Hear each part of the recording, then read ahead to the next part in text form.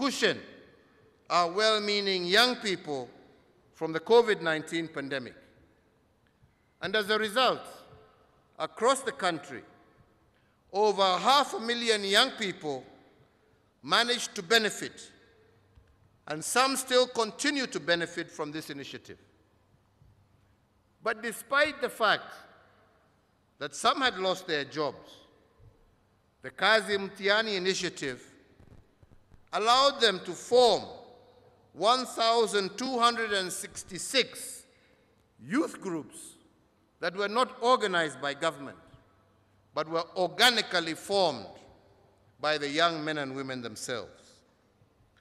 Of these groups, 1,025 have benefited from commercial loans and our affirmative action funds. Similarly, they have established since then 2,113 new businesses that did not exist before COVID, in agribusiness, in retail and services such as salons and barber shops across the country.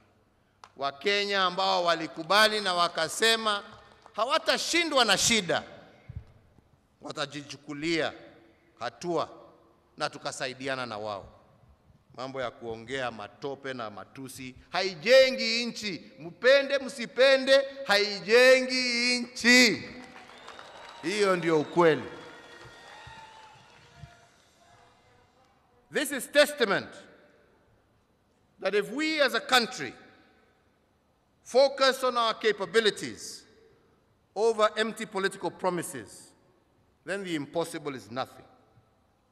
If Juakali artisans can do and form corporations that are now worth millions of shillings in less than 2 years, and those who form themselves in groups under Kazi Mtaani are able to start small businesses across the country, I believe every Kenyan can do the same if they focus on their capabilities and exploit the positive side of what is right about our country.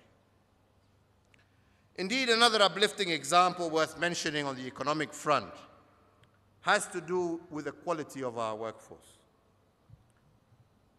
The World Bank, kwa sababu sisi, we don't like looking at statistics. We like creating statistics. Kulingana ni nani anaongea. Ukisikia huyo ni mkubwa anaongea, mnasikia hiyo ndio ukweli. But statistics from global organizations, the World Bank itself has indicated that Kenya will have the most productive workforce on the African continent by the year 2036 if we continue on our trajectory. And this excellence, as we have just heard, is not only just being felt in Kenya, but it is also being felt internationally. Today, we, as Kenyans, are the third largest skilled workforce of all foreign workers in the United States of America. Kenya, nchi ndogo. That phenomena is replicated across the globe, with Kenyans driving ICT, education, healthcare, construction, tourism and hospitality, and many other sectors in countries far away from Kenya. So today, as we recognize our Kenyan workers working here locally, I also recognize and honor our Kenyan workers in the diaspora. Today, ladies and gentlemen, they are one of our biggest resources as a country. When I took the oath of office in 2013, Kenyans in the diaspora used to remit approximately 117 billion Kenya shillings back into our economy every year.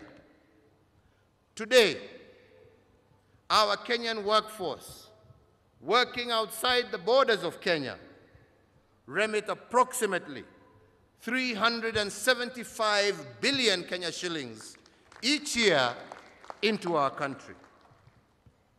This colossal contribution has not been created by superheroes.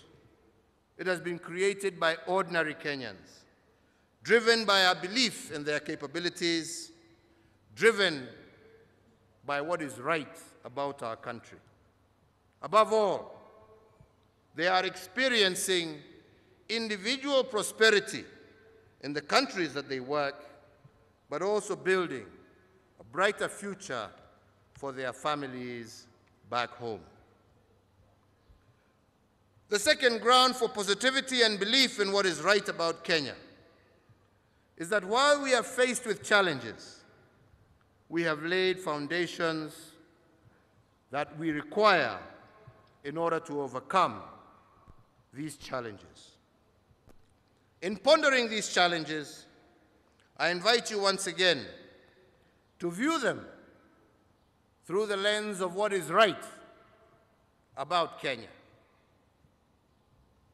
There is no question, fellow Kenyans, that the cost of living throughout the globe has shot through the roof as a result, first of COVID-19, and consequently as a result of the conflict that is ongoing in the Ukraine and Russia.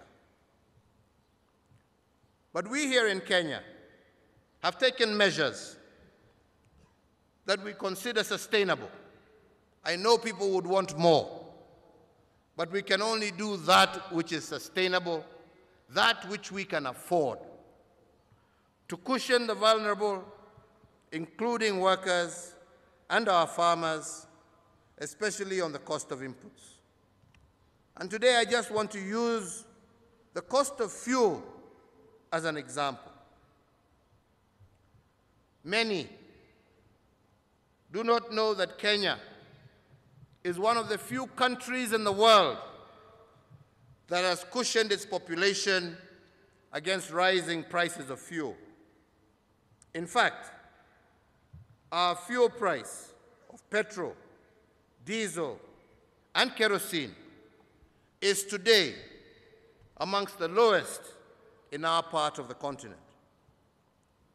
If we had not protected our consumers against this global increase in fuel prices, our petrol prices would have been approximately Kenya shillings today, 173 shillings per litre for petrol. But in order to cushion our people and to do so sustainably, the government has had to pay 29 shillings per litre as a subsidy in order to keep the prices at the level they are. We have similarly subsidized diesel and kerosene. Currently, our diesel pump price is Kenya shillings 125.5 a litre. Again, the lowest price of diesel in our region, and beyond this, it is secured by a government subsidy of 40.2 shillings per litre. If it was not for the subsidy, the price of diesel would today be 165.7 shillings per litre, or 25% more than the current price. What this means is that without intervention, everything transported by diesel engines would have gone up by 25%. Na hapo nitasema, kwa sababu Madam Mugo yuko hapa, na nashukuru vile umesema ya kwamba hii ni partnership, na ni partnership ya wale ambao wanaajiri, ya wafanyikazi wetu na serikali. Lakini